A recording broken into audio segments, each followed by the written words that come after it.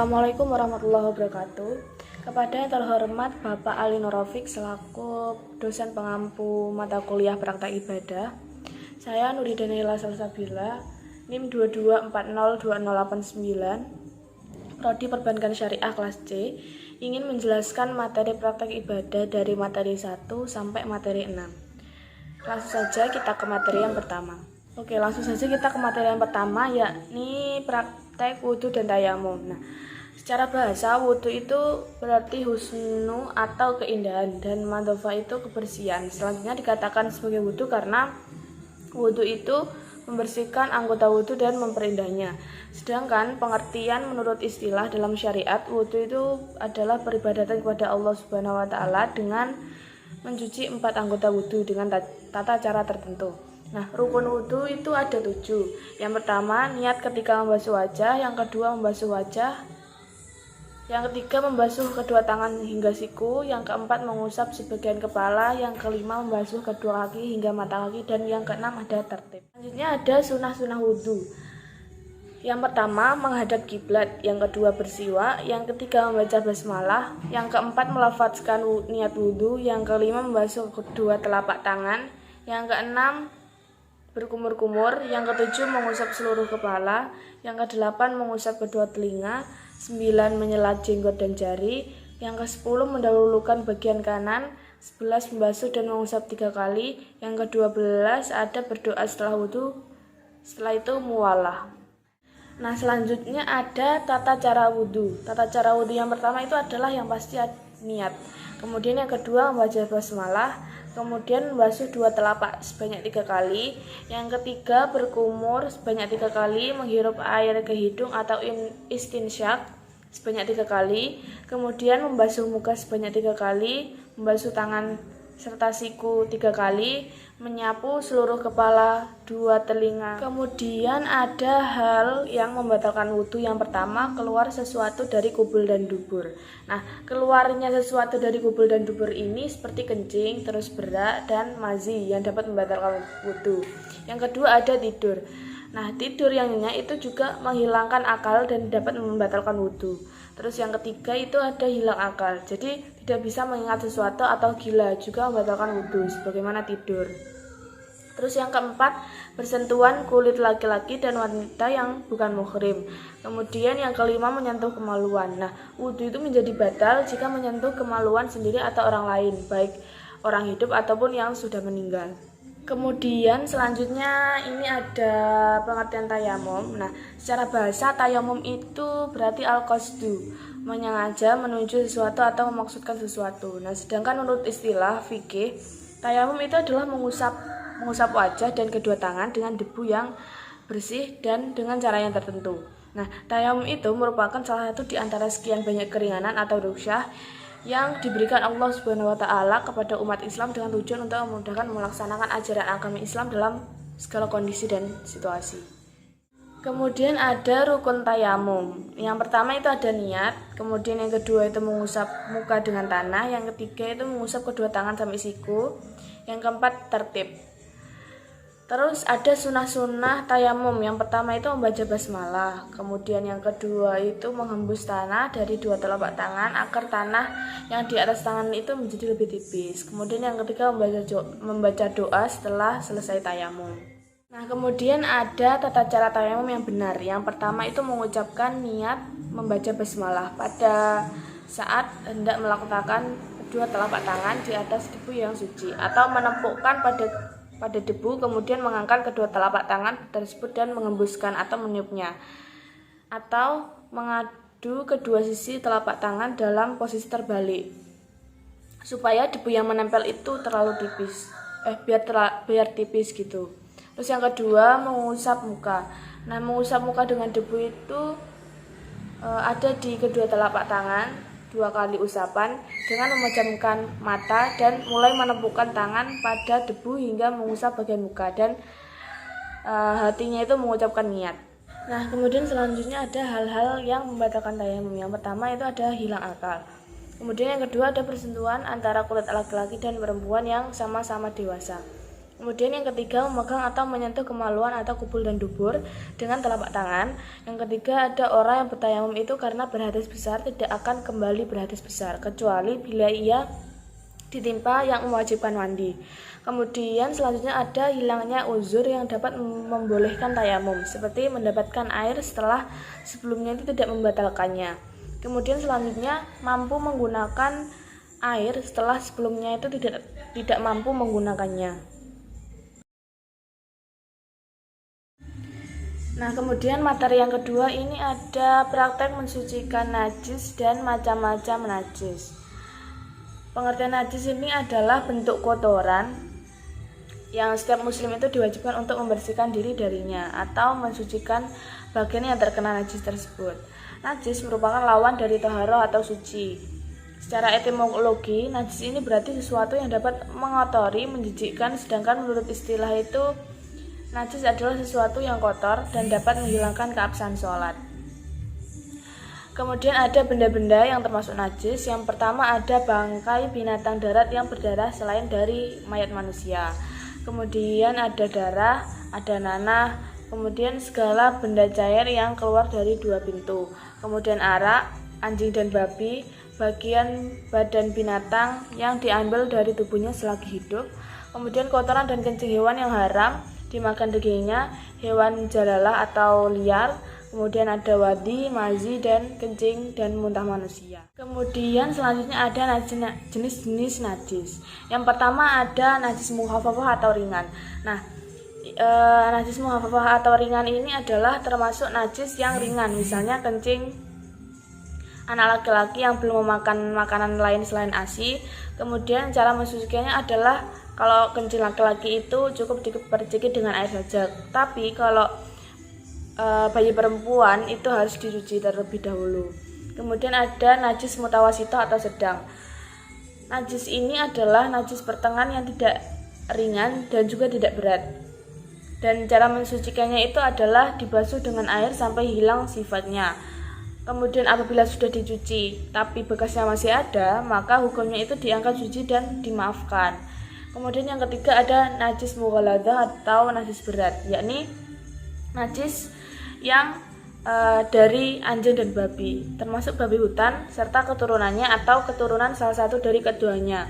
Kemudian cara mensucikannya itu adalah dengan air sebanyak 7 kali, yang salah satunya itu dengan debu atau tanah yang suci. Kemudian selanjutnya ada perkara yang mensucikannya najis. Yang pertama ada air mutlak. Air mutlak ini adalah air suci yang menyucikan dengan kesepakatan para ulama mazhab.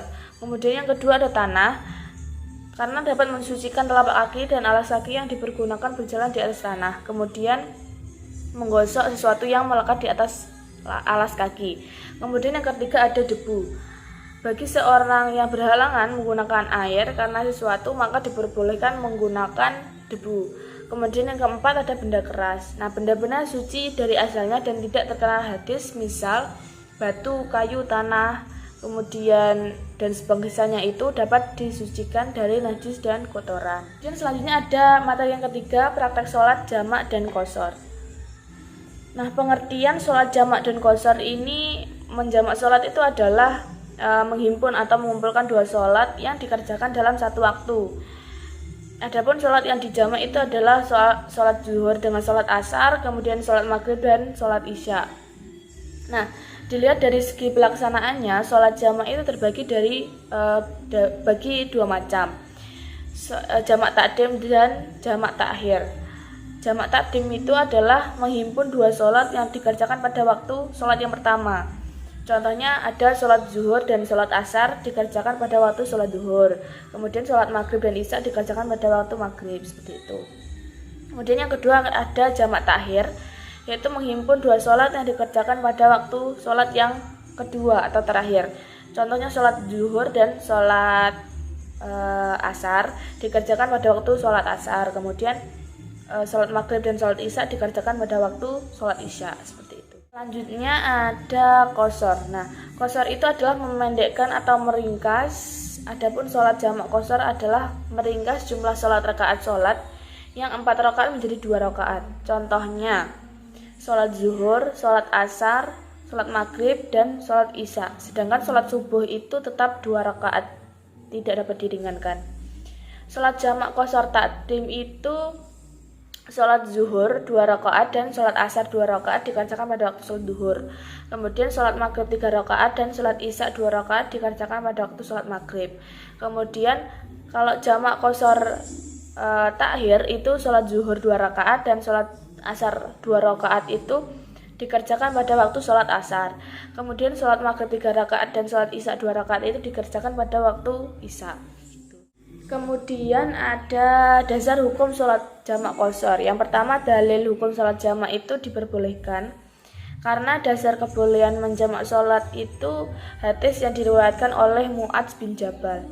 Jadi hadis ini disebutkan kebolehan untuk melaksanakan sholat jamak. Namun ada beberapa pendapat ulama yang lain yang tidak memperbolehkannya, yaitu menurut ulama Hanafiyah mengatakan bahwa tidak boleh mengerjakan jamak antara 2 macam sholat dalam satu waktu, baik keadaan berpergian atau safar maupun di rumah atau hadar dengan uzur apapun.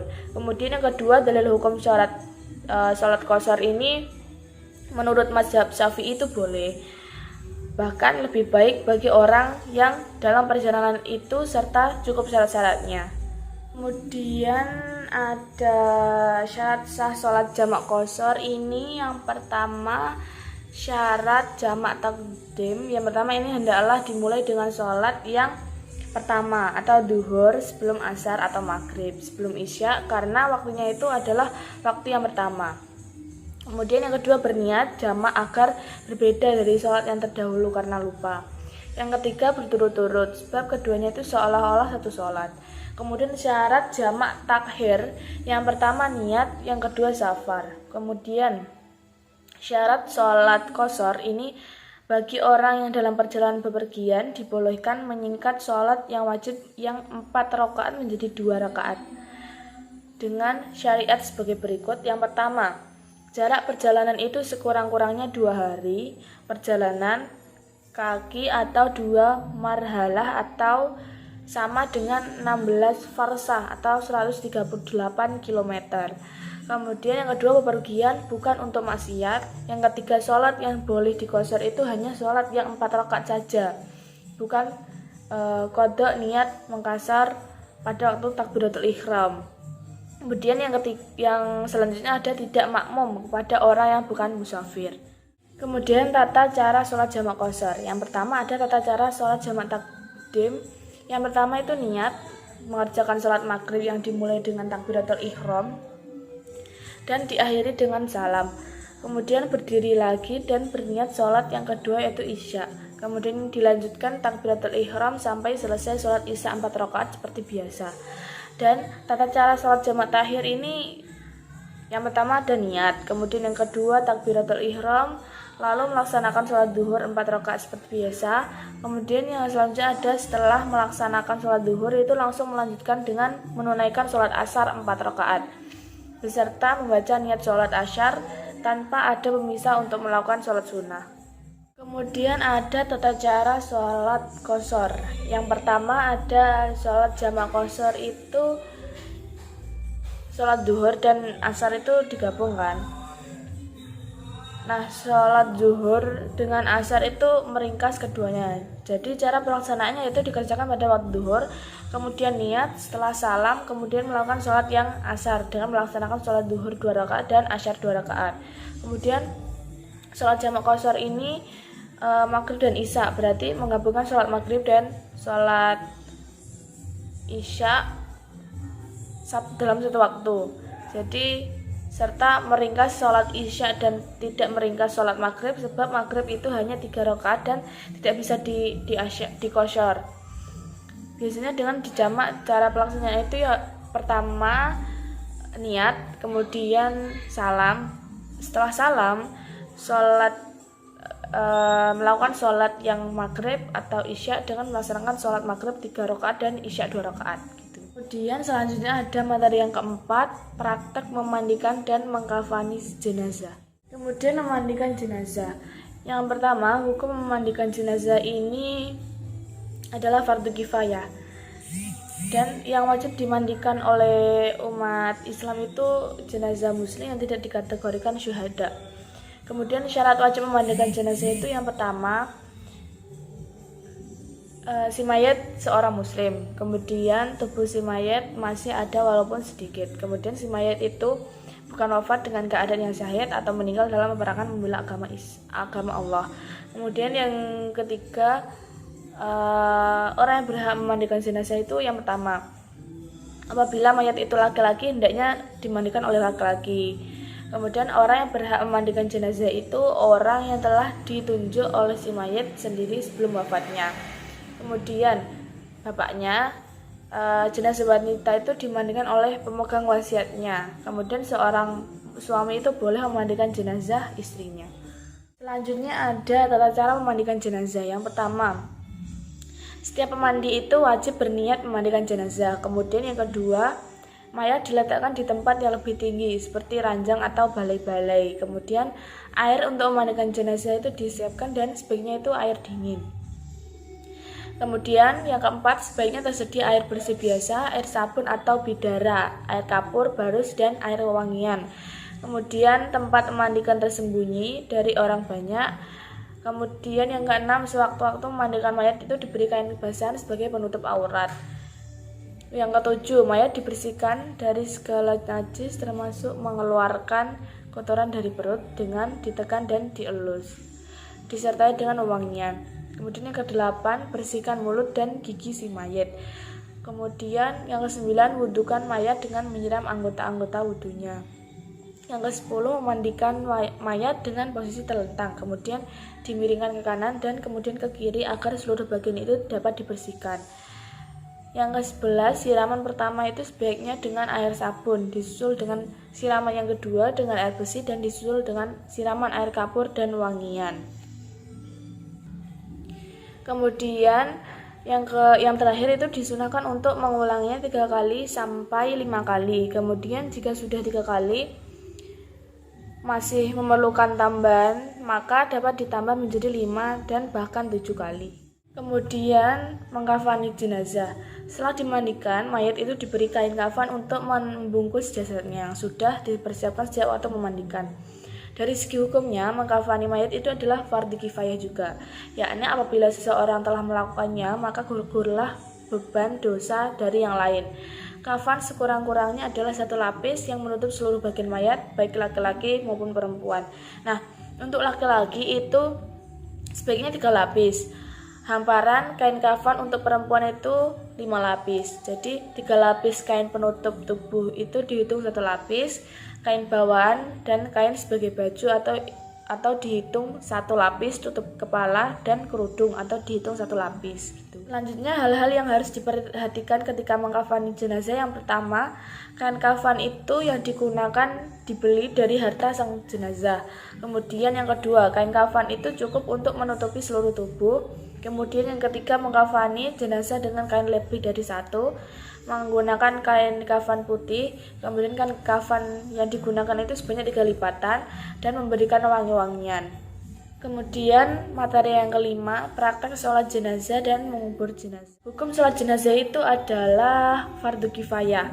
Kemudian syarat-syarat mensholatkan jenazah itu yang pertama, syarat sholat jenazah itu sama dengan sholat yang lain, yaitu harus menutup aurat, suci dari hadas besar dan kecil, suci badan, pakaian dan tempatnya, serta menghadap kiblat. Kemudian yang kedua, keadaan mayat itu sudah dimandikan dan sudah dikafani.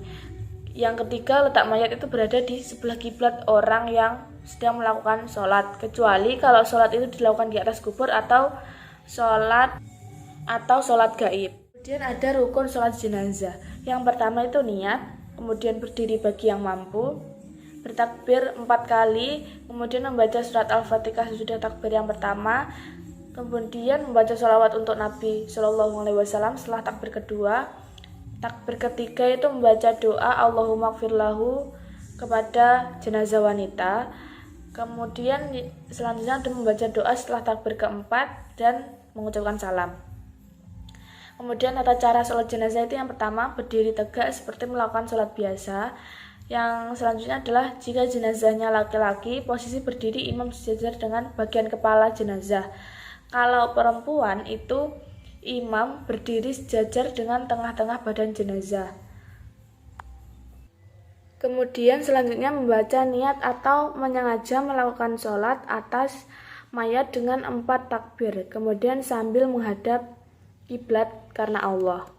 Kemudian yang 4, melakukan takbiratul ihram dengan mengangkat tangan sambil mengucap Allahu Akbar bersamaan dengan niat, lalu meletakkan tangan kanan di atas tangan kiri di atas perut. Kemudian takbir ini dihitung takbir pertama.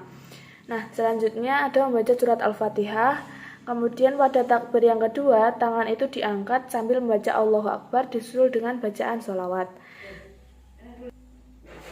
Kemudian membaca doa setelah takbir ketiga, selesai membaca doa untuk si mayat, kemudian takbir keempat dan membaca doanya, diakhiri dengan 1 kali bacaan Al-Fatihah. Nah, ada jenazah yang tidak wajib disolati. Yang pertama itu anak kecil yang belum balik, kemudian orang yang mati syahid, kemudian ada menguburkan jenazah. Nah, yang pertama menguburkan jenazah itu dibawa ke kuburan dengan cara dipukul pada 4 penjuru dan dibawa dengan berjalan cepat, tapi tidak lari. Jika lokasi penguburan jauh, maka diperbolehkan dengan menggunakan alat angkut seperti mobil. Nah, hukum menguburkan jenazah itu hukumnya wajib, sekalipun jenazah tersebut adalah orang kafir. Selanjutnya ada tata cara penguburan. Yang pertama menggali lubang kubur paling tidak sekira-kira. Nah, lubang kubur itu disunahkan memakai lubang lahat. Sesampainya di penguburan, kepala mayat itu hendaknya diletakkan di sisi kaki kuburan, lalu diangkat ke dalam liang lahat atau liang syak dan dimiringkan ke sebelah kanan dan dihadapkan ke kiblat. Kemudian, wajah dari ujung kaki mayat itu harus menyentuh tanah dan semua ikatan tali itu dilepaskan. Kemudian selanjutnya ada saat meletakkan mayat di lubangnya disunahkan membaca doa. Dan tidak boleh menguburkan jenazah pada malam hari kecuali darurat. Nah, sunah-sunah penguburan jenazah itu yang pertama, ketika memasukkan mayat ke kubur, disunahkan menutup kain di atas kubur jika mayat itu perempuan. Kalau mayat itu laki-laki, maka tidak disunahkan. Kemudian yang kedua, kuburan mayat itu disunahkan untuk ditinggalkan sekitar sejengkal dari tanah biasa.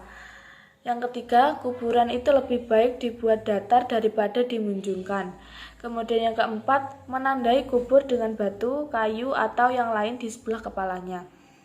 Yang kelima, menaruh kerikil batu-batu kecil di atas kuburannya. Yang keenam, meletakkan pelepah pepohonan yang masih basah di atas kubur. Yang ketujuh, menyiram kuburan dengan air. Yang ke-8, selesai penguburan disunahkan untuk duduk sebentar mintakan ampunan bagi si mayat. Materi yang terakhir ini adalah materi praktek sholat Idul Fitri. Pengertian sholat Idul Fitri. Nah, hari raya atau Id dalam Islam itu ada 2. Yang pertama hari raya Idul Fitri pada setiap tanggal 1 Syawal, seusai melaksanakan puasa Ramadan selama 1 bulan. Yang kedua itu hari raya Idul Adha atau hari raya haji, yaitu pada setiap tanggal 10 Dzulhijjah.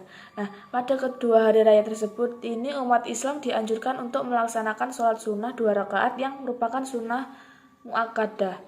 Karena Rasulullah SAW ini selalu melaksanakan sholat hari raya ketika masih hidup.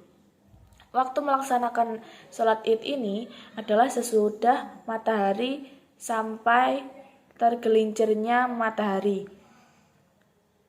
Waktu melaksanakan Id ini sesudah terbit matahari sampai tergelincirnya matahari, yakni masuknya waktu sholat zuhur pada hari yang disebutkan di atas, dan semua umat orang Islam itu besar, kecil, laki-laki, perempuan, tua, muda, anak-anak maupun musafir ini dianjurkan untuk mengikuti kedua sholat hari raya tersebut.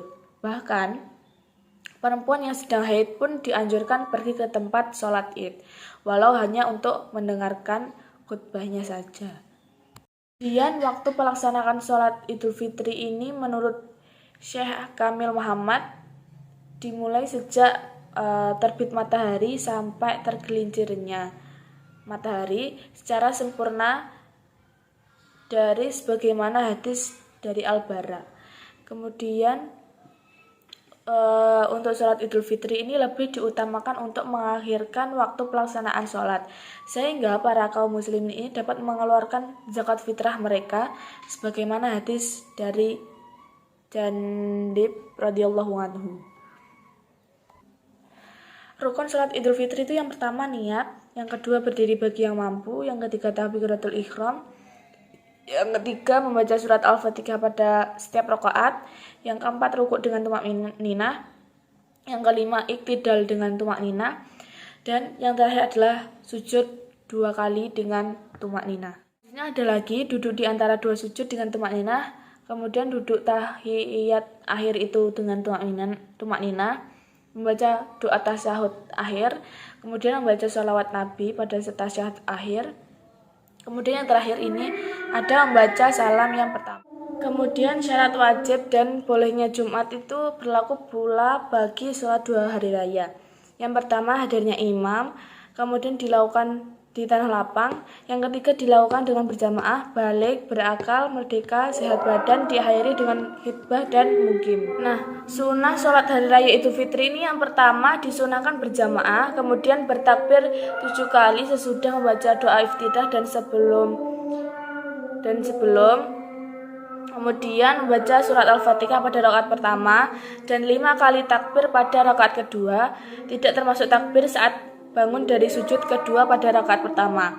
Kemudian mengangkat kedua tangan setinggi telinga atau bahu pada setiap kali bertakbir, membaca tasbih di antara tiap-tiap takbir, kemudian membaca surah Quran, surah Kaf atau surat Al-A'la pada rakaat pertama, dan pada rakaat yang kedua ini membaca surat Al-Qamar atau surat Al-Ghasyiyah. Kemudian imam disunahkan menggerakkan bacaan, kemudian melakukan khutbah 2 kali sesudah sholat dengan ketentuannya seperti pada khutbah Jumat. Kemudian pada khutbah pertama itu hendaknya dibuka dengan takbir 9 kali dan 7 kali pada khutbah yang kedua. Kemudian pada khutbah yang pertama ini hendaknya dibuka dengan takbir kemudian pada khutbah hari raya Idul Fitri ini hendaknya diadakan penjelasan tentang zakat fitrah. Sedangkan pada hari raya Idul Adha ini dijelaskan mengenai ibadah kurban. Pada kedua hari raya ini disunahkan mandi dan memakai pakaian yang bagus serta berhias. Kemudian pada hari raya Idul Fitri ini sebelum berangkat ke tempat sholat itu disunahkan makan terlebih dahulu, kemudian menempuh jalan yang berbeda sewaktu berangkat ke tempat sholat dengan jalan pulang. Kemudian pada hari raya Idul Fitri ini disunahkan mengumandangkan takbir, dan pada hari raya haji ini disunahkan mengumandangkan takbir muqayyad sejak malam tanggal 10 Dzulhijjah sampai sholat hari raya. Sekian yang dapat saya sampaikan, kurang lebihnya saya mohon maaf. Billahi taufik wal hidayah. Wassalamualaikum warahmatullahi wabarakatuh. I'm an icon, man. And my girl about a 10. I should fuck her in the bed.